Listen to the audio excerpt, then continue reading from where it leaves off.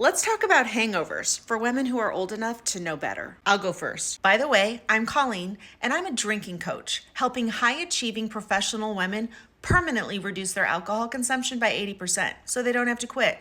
If that sounds interesting, hit the follow. Okay, so full disclosure, I haven't had a real hangover in years.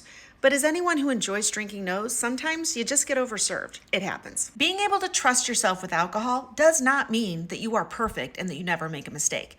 Trusting yourself means that when you do make a mistake, because you will, because you're human, that you treat the situation with compassion and curiosity. What that sounds like in my head is, oh my gosh, body, I am so sorry you feel bad.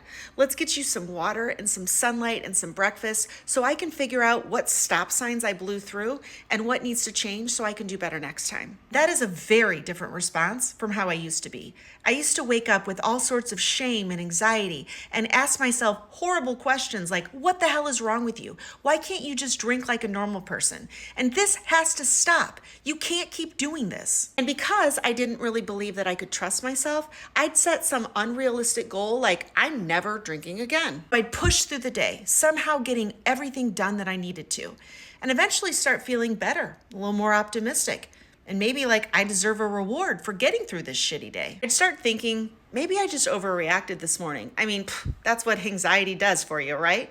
And I'd show up for happy hour right on time and repeat the whole process. This highlights the fatal flaw of using pain to motivate yourself to change. When the pain goes away, so does the motivation to do whatever you said you were going to do. The pattern interrupt that you're looking for is never how much you drank last night. Can't change that. But you can make it much less likely that it's going to happen again if you respond to your hangovers with compassion and curiosity instead of shame and planning to punish yourself. The first thing you need to do is ask yourself two questions. Am I ready to change? And do I believe it is possible for me to change? Assuming you do, the second thing you need to do is plot your course. Where do you want to be in a year? What are your ideal drinking habits? And what coping skills does the ideal version of you use to reward herself and relax and enjoy herself? These answers have to be clear and specific. You can't change if you don't know who you're changing into. Then, understand change is a process. Introduce one small habit at a time and build from there.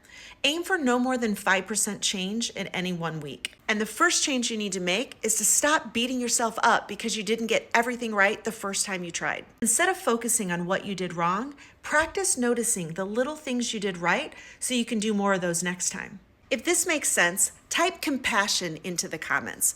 Trust me when I say you can't get where you want to be until you have compassion for where you are. Anchor this idea into your body right now. Type compassion and make the commitment to be nicer to yourself. And if compassion is not something that comes naturally to you and you're interested in giving yourself the support and accountability you need to make these changes, click the link in my bio and schedule a free consult.